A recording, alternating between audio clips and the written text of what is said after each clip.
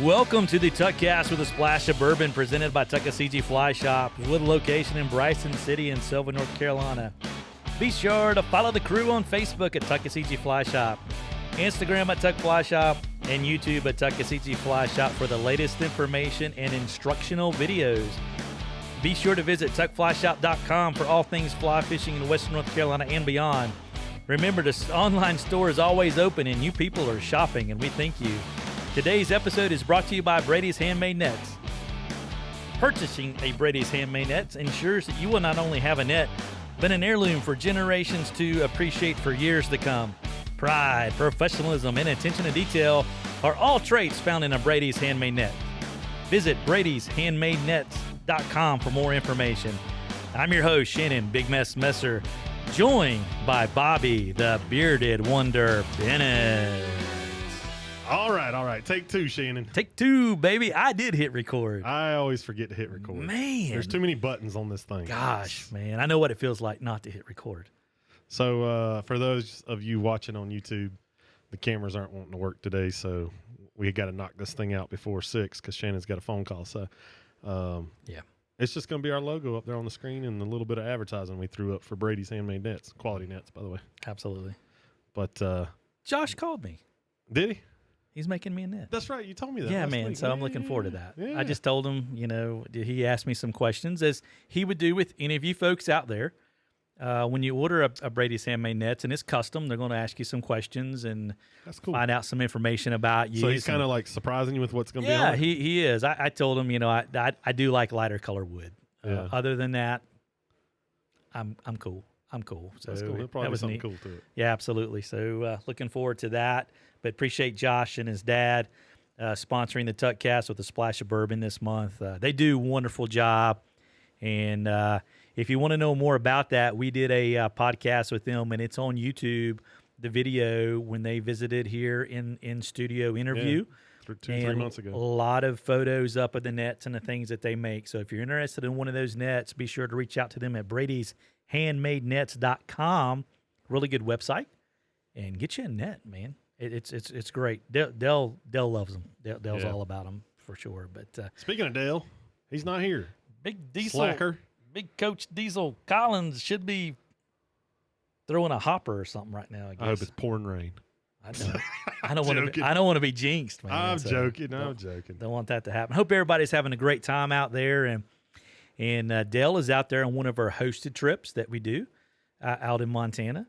Some of you folks have seen that here in the shop, but we do as a fly shop. We have good friends out there we work with at Big Sky Anglers on these hosted trips. So Dale is out on trip number 1, and I'll be headed out in a couple of weeks on trip number 2. So if you're looking to potentially go out and explore that part of the world and you haven't done it before, this is a great way to do it. We make it super easy for you, and we'd love to help you with that going forward in the future. But just remember, we can help you with that expedition. Yeah. We're hoping to maybe make a video of it this year. Maybe pull some recordings in and get one of our boys here in the shop that's a little better at. Maybe we make a little video for people to see. Yeah, we'd love to. Just got to get a lot of footage recorded for sure. But want to remind everyone here on October the 17th that we're going to have Norvice demo days here at the shop. I got confirmation today that Braden Miller of Miller Time Flies will be here tying. And for you folks who do not know who Braden Miller is, check out his website, millertimeflies.com. He's a 14-year-old phenomenon streamer tyer. I mean, he ties some crazy stuff. It's awesome. So if you're in the area, we want you to come by. You'll have a chance to spin the vices, see different techniques, watch Braden spin out some of these amazing streamers that he has. I can't say enough about the talent level this young man has. The sky's the limit for him, but we're excited that Braden will be joining a party that day. So that's it'll be an you, added Tim, bonus. and Braden on some vice action. Absolutely. So you got various different techniques of people that tie different types of flies, so you get to see a lot of different things done. So, yeah. So October the 17th. Yeah, put it on your calendar. They'll be here all day that day. All day. In the Silva shop. That's right.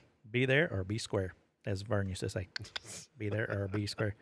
Yep. So big shout out to Ed and Aubrey from Ain't no ham like Birmingham, Alabama. It's their 23rd wedding anniversary today. Got to spend Nice. the water on the water with them this past weekend. So happy anniversary to those folks right there. 23 years. So 23. I'm pushing 16. Where are you at?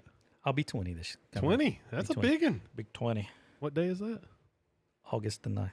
Or April 9th. I'm I sorry. was about to say, Shannon, that was yesterday. No, my bad. April 9th. But you know, so that leads to a funny story here. Jack says, here goes another rabbit hole. So Tanya could not remember the date we got married on.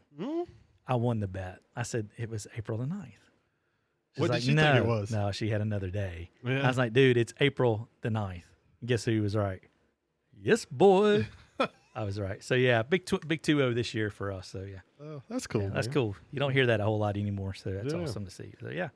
Well, good deal. Any other happenings, man? I mean, we kind of hit the thing with the Norvice there. Not off the top of my head. No. Probably should have thought about that and wrote Yeah, something down. if there was. no. I tell you, the happenings, folks, is we're just going to kind of throw this out there too. Delayed harvest will kick off October 1 with stockings in the first and second and third weeks of October.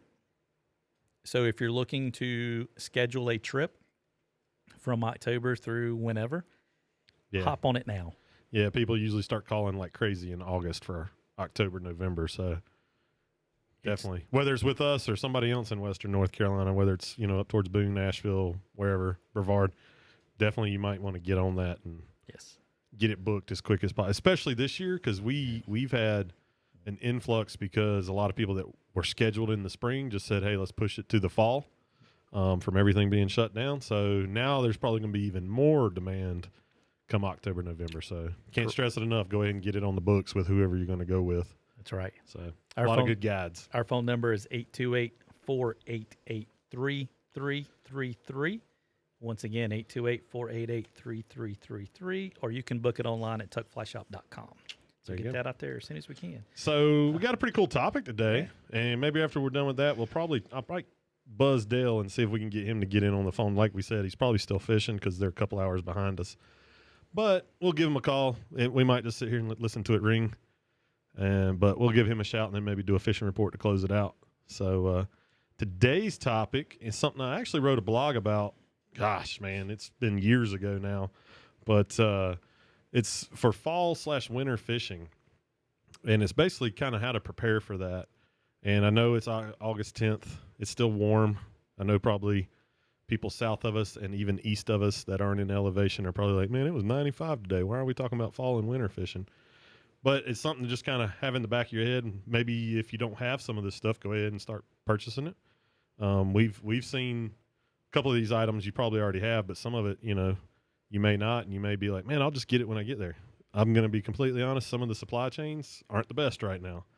So we got a pretty fully stocked fly shop, but there's a couple items that we're struggling trying to get in, one being buffs for masks and stuff. But, don't necessarily always think, hey, I might be able to just grab it when I'm there. Go ahead and prep a little bit.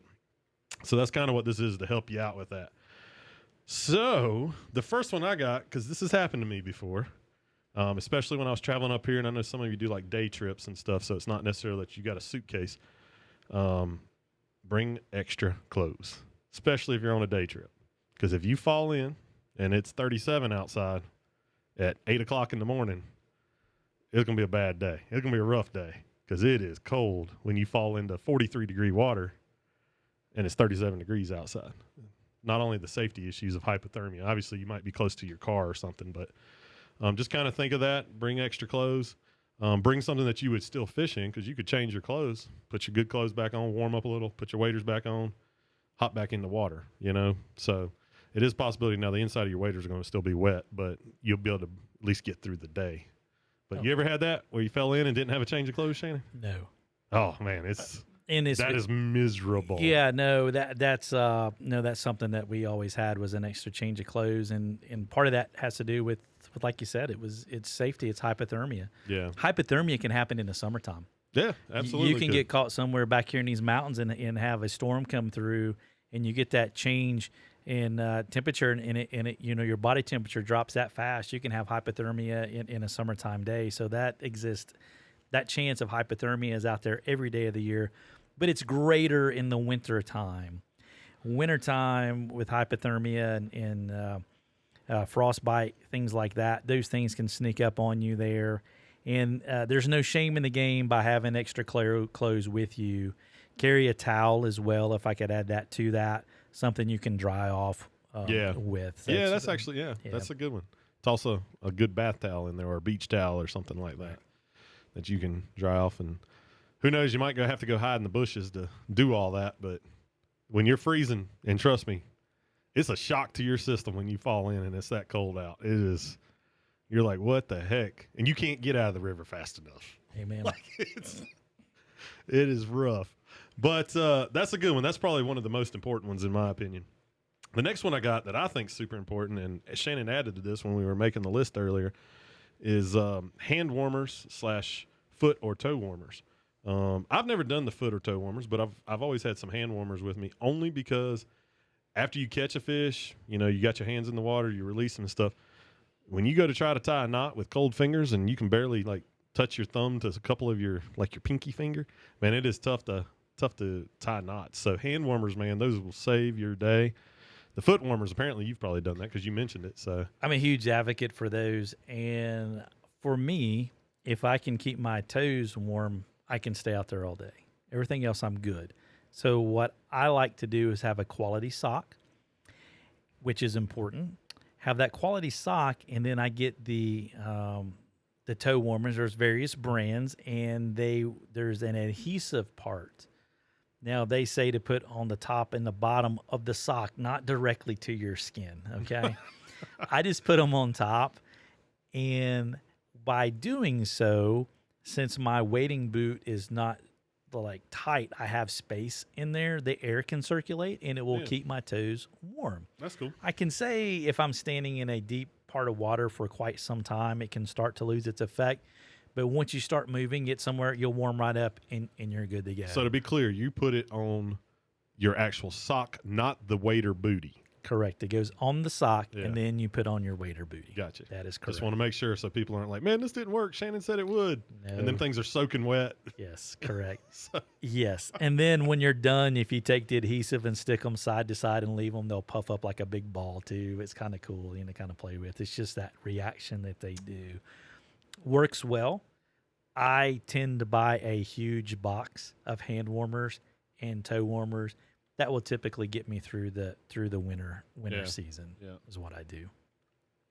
All right, next thing, man, I've got layer your clothing. So how many days have you fished where at 7 o'clock you're like, man, it's cold, but by about 11:30 you're like, man, it's hot, and that's the weather here. You start out and it's 34 in the morning, but by the afternoon it might be 65.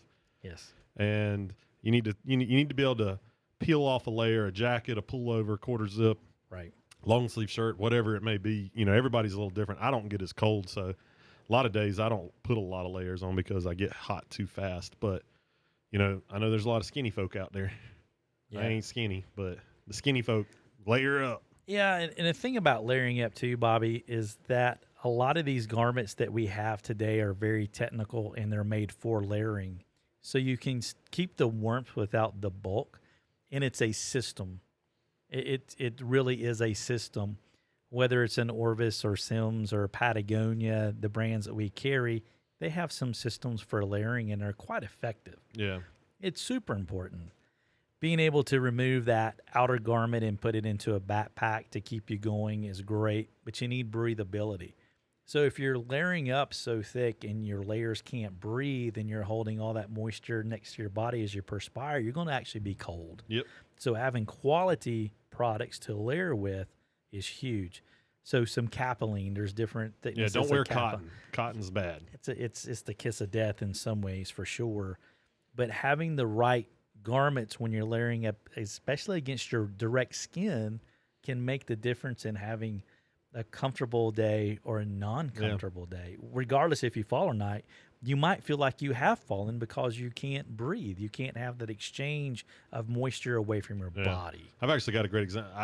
Obviously, during the winter, a lot of folks wear jeans. They're warm, whatever. But when you wear them with waders, I can honestly say I've worn thin summertime, quick, dry guide pants versus denim, and I am warmer when I wear the guide pants inside my waders because they don't hold the moisture. Where the denim pants, man, you get out of wader sometimes, it was like they were leaking like crazy, and it's just body moisture. Right. It's not necessarily sweat. It's just it's because it won't release through the denim through the wader. Like the wader can't operate the way it's supposed to.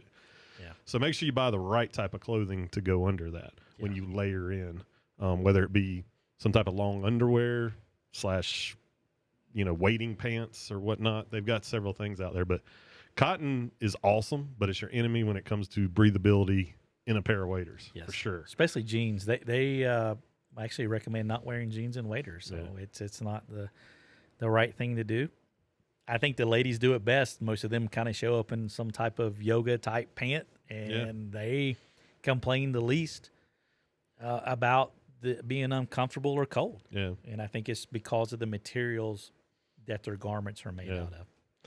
So the next one, man, it kind of falls in that layering aspect, but it's when it's got those drops of water falling. Man, a rain jacket. Always, always, always during the winter have a rain jacket. During the summer, a thunderstorm or a shower or something, you can get by usually, even if you get wet. Like we talked about earlier, there is the chance of setting in hypothermia if you can't get out fast enough and you stay wet for hours and hours. But during the winter, man, you do not want to get rained on when it's 45 degrees outside.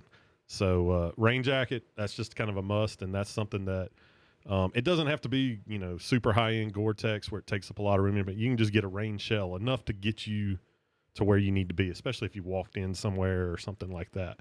If you're standing right by your car, you're 100 yards from your car, not as big a deal. Throw a rain jacket in your car. You don't have to carry it with you. But, if you're looking for, hey, I want to be able to fish and stay completely dry, then you do need to start looking at that Gore-Tex high-end rain jacket. Just because it's cost you $150 doesn't mean that it will keep you dry in a complete downpour.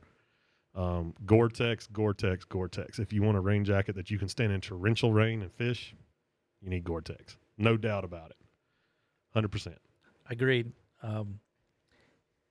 You can have one of those shells and wear it, and you'll take it off, and you'll feel like you've been standing in the rain because it can't breathe. It can't breathe. It feels like you're sticky everywhere, just tacky, nasty, like it's been humid as hell. Yes, it's exactly. Terrible, man. The appropriate word. Where Gore-Tex, what a fantastic material, you're able to breathe. You can be out there forever. The hoods, the one thing I add about a rain jacket is two things. Pit zips. Oh, pit zips are awesome. Fantastic when it's warm. And then the hoods. The way that the hood will come around your hat is very important. Having the adjustability for around your brim and stuff, so it's covering your entire hat. It gives you that rigid structure. You can move and still function as normal. Will pay dividends as far as comfortability and functionability. Yes. If that hood is not staying up, you're going to get water going down your back. Ultimately, it's going to go down your waders, and it's not going to feel good at all. But a quality rain jacket is well worth its weight in gold. There's a saying, you'll soon forget about price once you realize the quality. So when you're in that situation for the first time with that, say, higher end purchase, you'll forget how much you paid for it immediately, and you'll have it for quite some it'll time. Last a long time, especially with the what's that, Nick Wax stuff that you can clean it with and keep the breathability and stuff, because they do get dirt on them. They do need to be cleaned, but you need to clean them properly. Same thing with your waders, actually. But the hood, man, and get a one with a collar. Yes. So the hood is outside the collar. So if for some reason there was moisture or rain or snow inside the hood, when you go to flip it up, it doesn't go down your back. It hits the collar and runs off the jacket like it's supposed to. Some of the lower end price point jackets, they don't have that collar. Man, you flip that hood up and you just put a cup of water down your back, which feels terrible. So that is definitely something to look at. Shannon had to step out for a second. I don't know where he ran. He held up his finger and left me. I'm here doing it solo. So we're going to go ahead and talk about the next one, because I can do that one by myself probably. A good winter hat. So down here in the South, we call it a toboggan. I know my wife's from up north, so her and her mom used to get on to me. They always told me a toboggan was a sled. But I'm like, no, a toboggan's a hat. That's what we call it. But some people call them a winter hat. Now they're called beanies.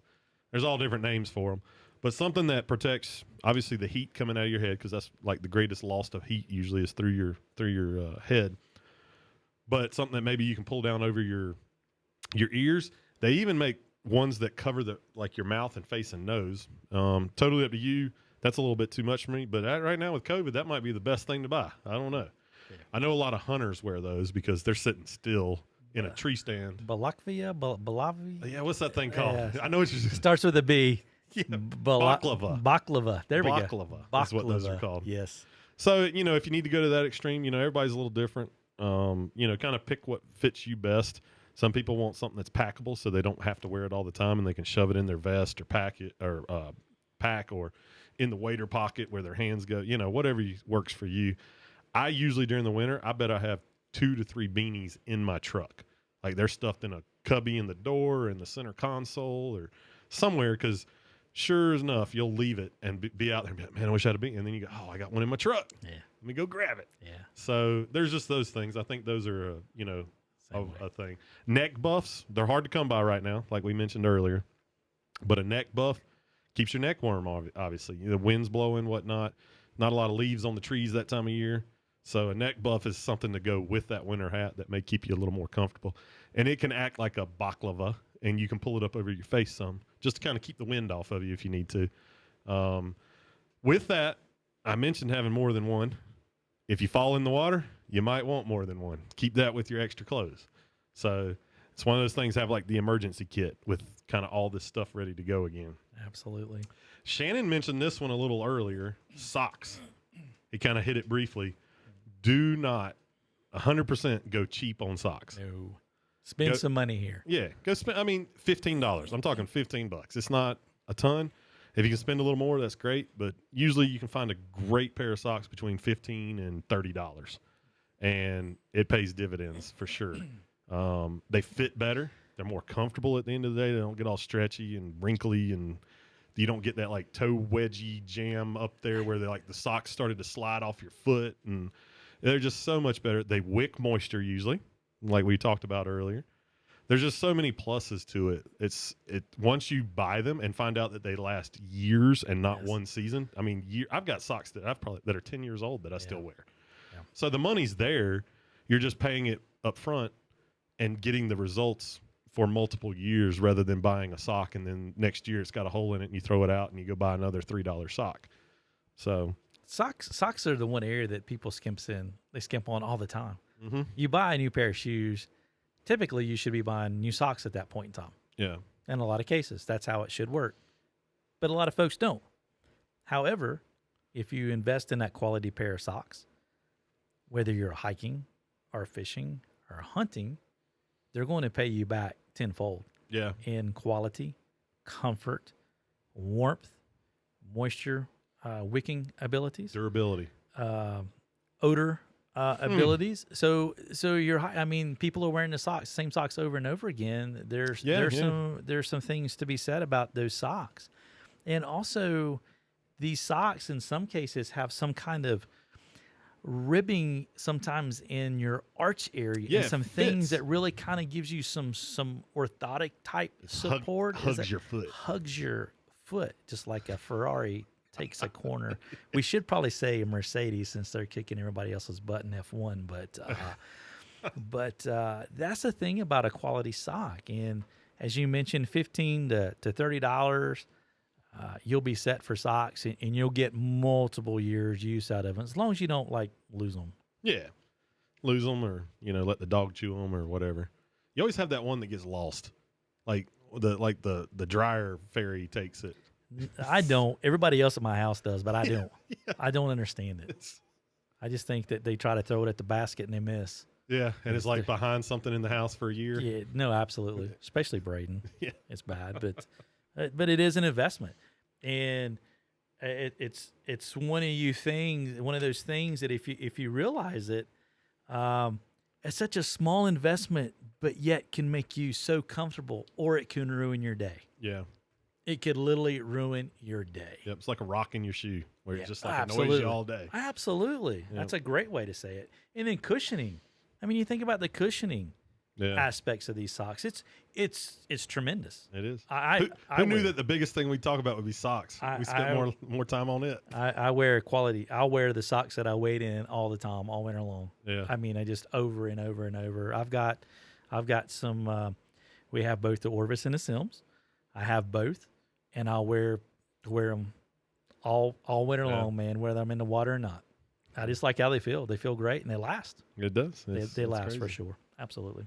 So another one I got on here, and this is something that, this is a little bit of an investment too. And, for what it takes for that 1 day or 2 days a year, at least for us. Now, if you're in the Northeast, maybe out west, things like that, you probably already know this. But if you're going to fish in the snow, like, hey, it's going to snow tomorrow, wearing Vibram soles, much better. Number one, they grip better through the snow, not necessarily anything in the water that gives it. But if you've ever worn felt in the snow, you know what happens. It sticks to the felt. And all of a sudden, you're 6 inches taller. It is crazy. It's like you've got 2 big snowball feet walking around, and you can kick it, do everything you want, but you can't get it off. Basically, the only way to get it all off is to either sit there and chisel it off with like a tree branch or stick, or step in the water and let the water melt it off your boots. So Vibram just works so much better in the snow. Again, we don't have to deal with snow a lot here, but, some winters we do have a snowier winter than others. But, if you come up here in, December, January, February, most time there's, definitely some chances for snow here. And if you're up here for 3-4 days, you don't want to lose a day because it's a pain in the, to fish in your boots. So having a good pair of Vibram or rubber soles, Orvis makes that Michelin. Yeah, that thing grips, man. I haven't worn it in the winter yet. Dude, that thing's legit. During the summer, that Pro boot has been fantastic. Now, water temperatures affect rubber. Everybody knows that's like snow tires versus regular tires. So I'm very interested to see once the water temps start going back down, how well that thing does in the winter, because it has been outstanding this summer. Dude, it's great. So, that tread on that there will shed the debris. Yeah. Yeah. It will shed the snow. I tell you right now. Yeah. So that's just a good one, just kind of think that in the back of your head and know, hey, if it snows and all you got's felt boots, you're going to be kicking snow off and knocking it off, and it's going to be tough to walk, all that stuff. The last one's not a necessity, but, man, it sure is real nice. When you got a thermos with some hot coffee or hot chocolate or tea or even soup, man, hot soup would be good, Yeah. So if you got one of those like Stanley thermoses, or I'm sure Yeti makes one that's about $1,000. Yeti. Yeti. But Arctic, I mean, they all make some of those things that you could put some soup or, like I said, a hot beverage in that's kind of keep you warm. Man, there's nothing better than having a good hot lunch after standing in the river for about 4 hours.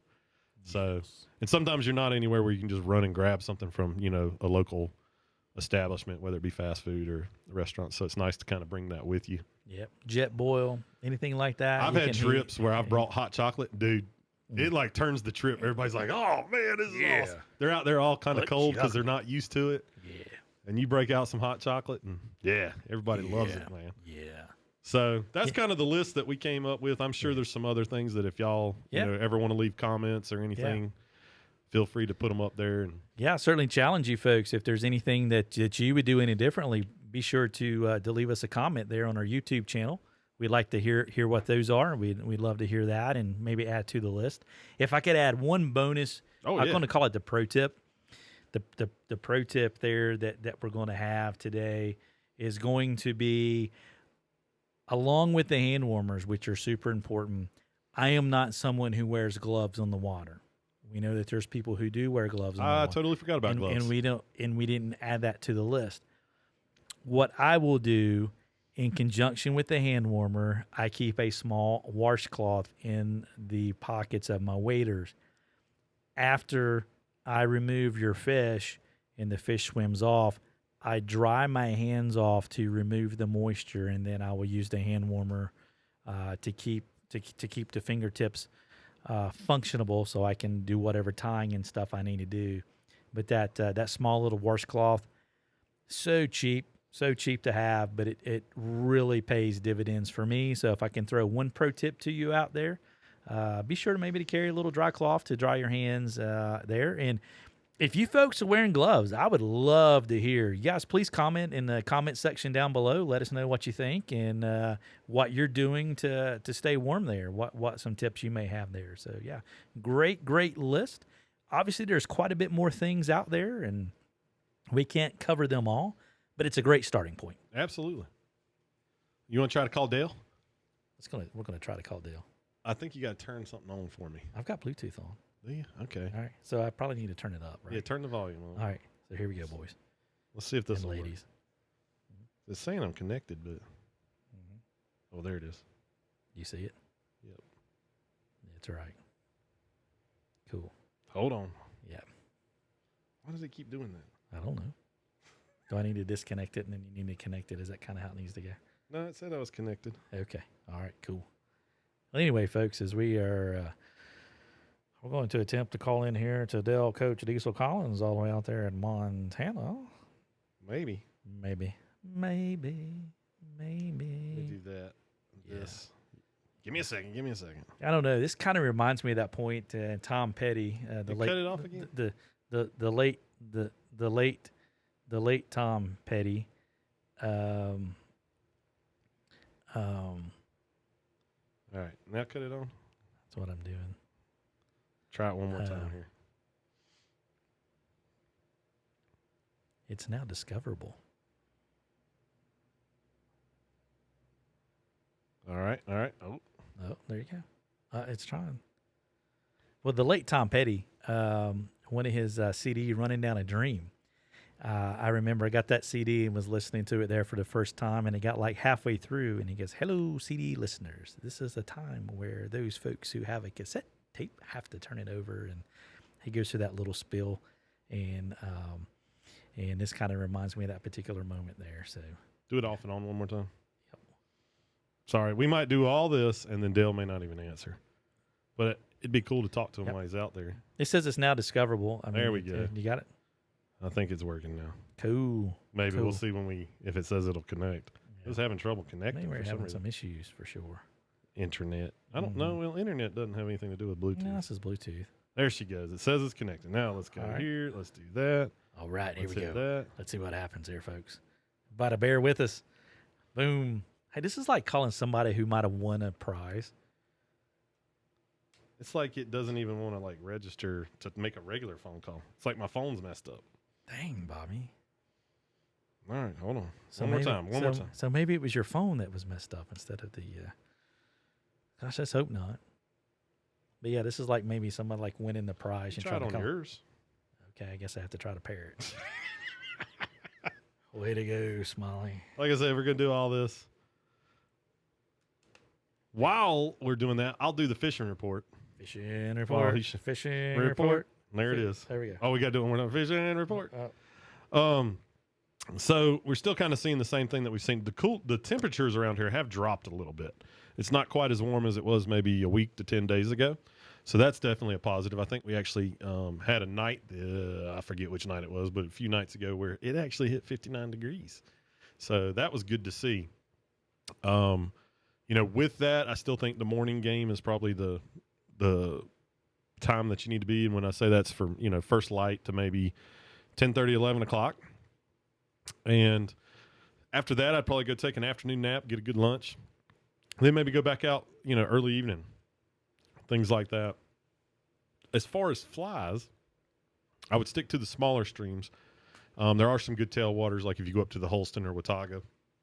But for around here, right by us, I would stick more to the national park watersheds, maybe coming off the Blue Ridge Parkway, things like that. Where the water temps are going to stay cooler because the nighttime temps at elevation are going to be better than what they are right now down here in the valley. So that gives you some cooler water. You may see that water start off around 60, 61 degrees, maybe 62, 63, just depending on which watershed it is.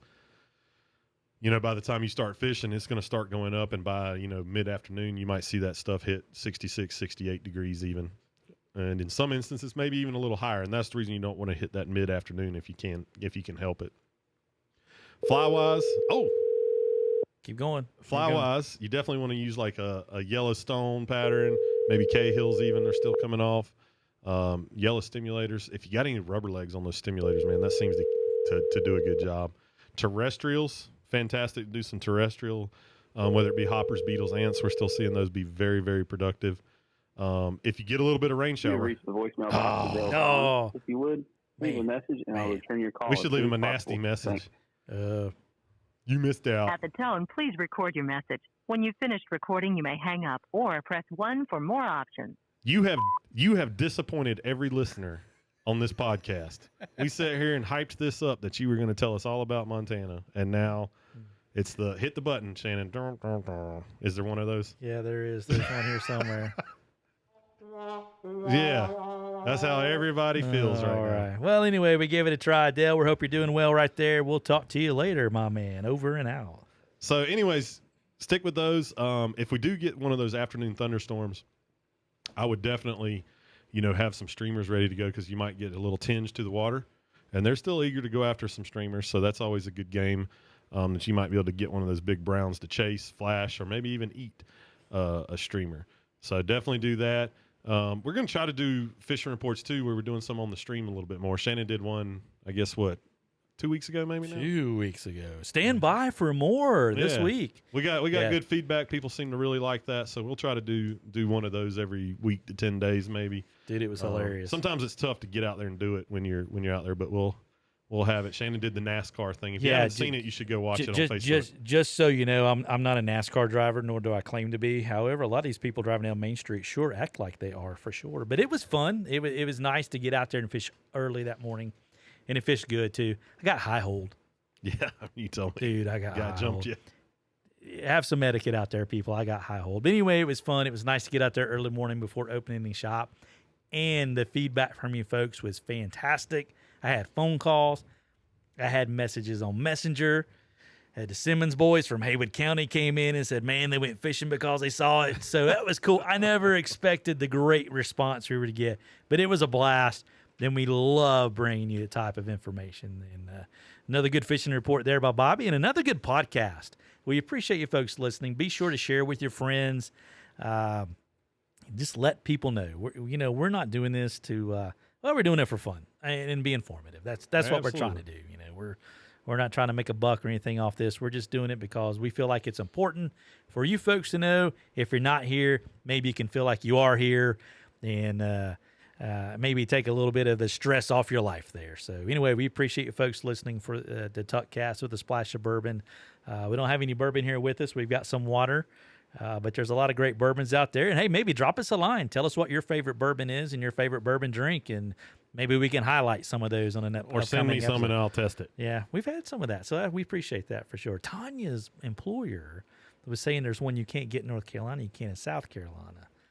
It's I forgot what it is now, bourbon, but it's I guess it's a flavored, it's a little different, but you can't get it in North Carolina. So let us know what your favorite bourbon is right there, and we certainly may make an highlight on that.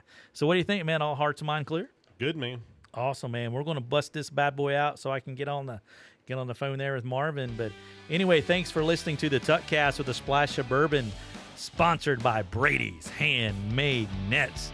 Be sure to follow Tuckaseegee Fly Shop on all the major social media platforms for all the latest happenings and latest videos. And besides that, you can laugh or cry, either one or the other.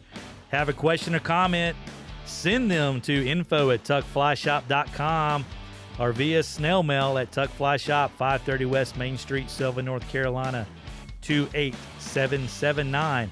Thanks for tuning in, and we will see you next week.